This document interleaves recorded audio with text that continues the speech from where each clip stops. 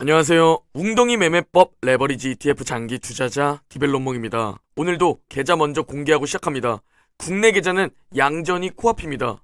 이미 S&P 500 환해지는 양전했고 나스닥 2배 레버리지 환해지는 마이너스 1.6%입니다.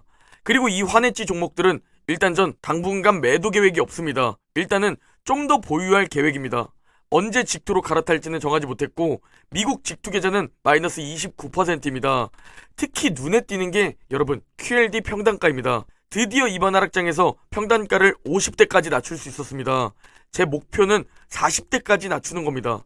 많은 분들이 제 수량을 부러워하시는데 심지어 전 거치식 계좌에 4천만원 정도 더 투자되어 있습니다. 그리고 이것들이 저에게 향후 10억을 안겨줄 겁니다. 오늘 시간이 없어서 짧게 핵심들만 짚고 넘어가겠습니다. 먼저 나스닥 2배 레버리지 QLD는 웅덩이 매매법 2차 매수 타이밍 5일차까지 모두 분할 매수 완료했고 잠시 관망에 들어갑니다. 그러나 화면을 보면 아시겠지만 곧바로 매수 타이밍이 시작될 수 있어 보이는 위치입니다. 지금 계속 줄 수 있는 타이밍이 또 온 것이죠. 그리고 S&P 500 2배 레버리지 SSO입니다. SSO는 이평선이 모이고 차트가 박스권을 그리자 매수 타이밍이 끝나자마자 그대로 다시 121선에 닿아서 1일차 매수가 시작되었습니다. 5일차까지 분할 매수를 또 진행할 예정입니다. 그리고 최근 반도체가 심상치 않습니다. 올해 하반기에 좋아질 것이라는 전망이 많은데 정말 6개월에서 9개월 선행하는 주식일까요? 요즘 반도체 기업들과 섹터 흐름이 너무 좋습니다. USD는 확실히 이평선 위로 올라가는 모습이며 어제 5일차까지 분할 매수했고 잠시 관망하면 됩니다. 금일 미국 증시는 안도의 하루였습니다. 솔직히 다시 센 조정이 시작될 수 있겠다 라는 생각 저만 했나요? 그런데 다행히도 전약 후강을 보여주면서 다 말아올리면서 하루를 마감했습니다. 말아올린 첫 번째 이유는 실적이 최악은 아닌 상황입니다. 그러나 꼭 좋아할 것만은 아닌 게 혹시 다음 분기 또 그 다음 분기가 최악일 수 있다는 것이죠. 최근 기업들의 가이던스를 봐도 아직 전망은 여전히 암울하다는 것을 알 수 있습니다. 그리고 또 하나 말아올린 이유 두 번째, 바로 금리 인상 중단 논의라는 재료가 현재 실적 악화, 경기 침체 등 그 어떤 우려, 악재보다 강력한 재료로 보입니다. 그동안 금리 인상 때문에 너무 고통스러웠죠. 그래서 시장은 금리 인상 중단, 그리고 금리 인하를 간절히 기다리는 게 보입니다. 금일 맵을 살펴보면 역시 아직 갈피를 못 잡고 혼조세를 보이고 있다 라고 보이는데요. 그런데 유독 구글이 많이 하락했습니다. 마이너스 2.5% 하락했는데 이유를 살펴보면 어제 미국 법무부에서 구글을 반독점법 위반 혐의로 고소했다고 합니다. 그리고 현재 구글의 미래가 걱정되는 부분이 있죠. 바로 챗 GPT입니다.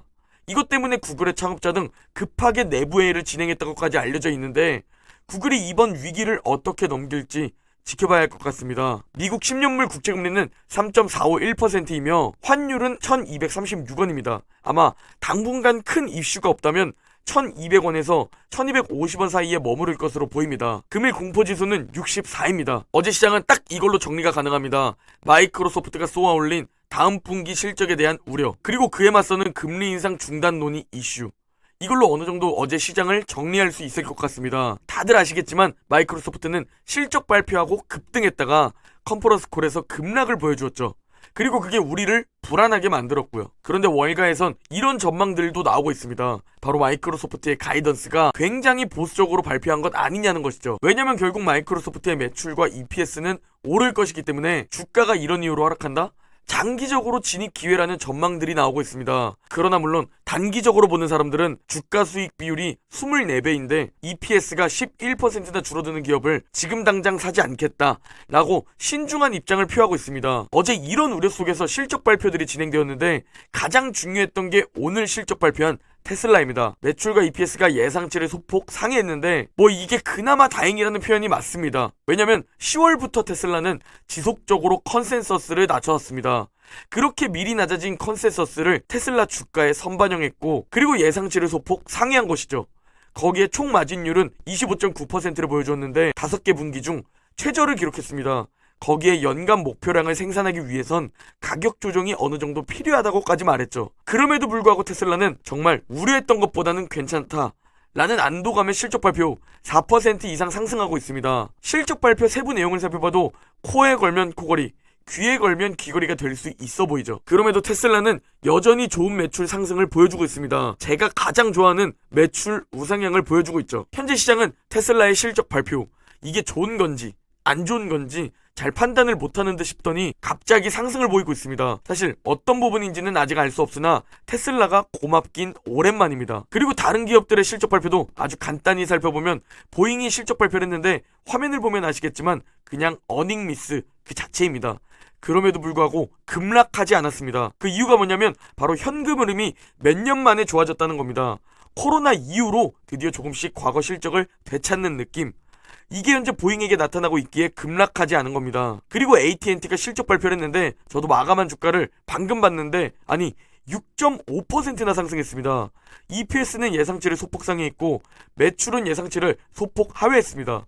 그러나 4분기 가입자가 예상치를 상회했다는 게 시장이 긍정적으로 바라본 요인이었습니다. 자, 여러분, 다음 주가 바로 진짜 빅테크들이 찾아옵니다. 애플, 아마존, 메타, 알파벳의 실적 발표가 이뤄지고 이게 우리 증시의 방향을 결정지을 중요한 요소 중 하나입니다. 그런데 다음 주엔 이것만 있는 게 아닙니다. 바로 31일엔 고용비용 지수가 발표되고 1일엔 FOMC 회의가 진행되며 금리 인상과 지금 굉장히 중요한 금리 인상 중단 논의가 걸려있는 한 주입니다. 지금 우리에게 가장 좋은 시나리오는 실적이 생각보다는 잘 버텨주면서 FOMC에서 무조건 금리 인상에 대한 중단 논의가 나와야 합니다. 파월이 어떻게 나오는지도 매우 중요하겠지만 FOMC에서 금리 인상에 대한 중단 논의가 나왔냐 안 나왔냐 이게 굉장히 중요해 보입니다. 제가 오늘 아침 일찍 주요 업무가 좀 있어서 오늘 영상은 짧게 마칩니다. 그럼 내일 영상에서 뵙겠습니다.